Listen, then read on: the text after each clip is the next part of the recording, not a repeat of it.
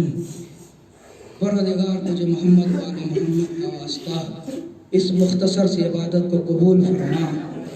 اے میرے مالک، اے میرے کریم پروردگار تجھے اس عزائے حسینی کا واسطہ، ان آنسوؤں کے قطرات کا واسطہ مولانا شمیم بھائی کی جلد از جلد شفا کامل واجب عنایت فرما۔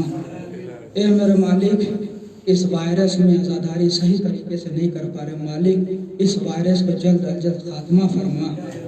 اے میرے مالک و مختار، اے میرے کریم پروردگار تجھے عزائے حسین کا واسطہ، ان تمام تر دعا میں سب سے اہم دعا یہ ہے کہ ہمارے امام کے ظہور میں تاجیل فرما، ان کے آمن و انسان میں شمار فرما۔ ماتم حسین۔